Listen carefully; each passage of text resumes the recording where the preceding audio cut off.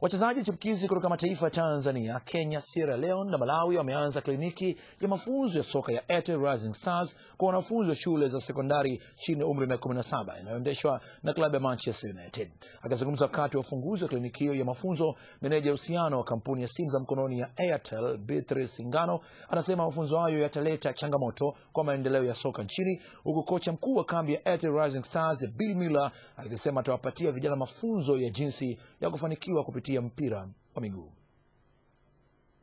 Ni mafanikio tuliyopata kutokana na Airtel Rising Stars, ambapo kwa Tanzania shule 24 kutoka mikoa ya Morogoro, Dodoma, Mwanza na Dar es Salaam zilishiriki.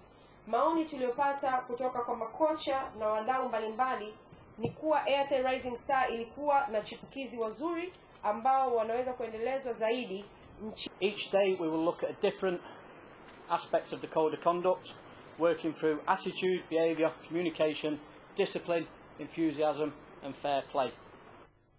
Vijana hao, mtazamaji, kutoka mataifa manne ya Afrika pia wanapata fursa ya kupata mafunzo kutoka kwa gwiji wa soka katika klabu ya Manchester United. Namuona katika picha hapo ni Brian Robson. Mafunzo hayo ya siku 4 yatafanyika kwa nadharia pamoja na vitendo kwenye uwanja wa taifa jijini Dar es Salaam. Mpango huu umezinduliwa mwezi Julai mwaka huu kwa ushirikiano wa Airtel na klabu ya Manchester United, ambapo nyota wa Man U Andy Cole alikuja hapa nchini kufanya uzinduzi huo.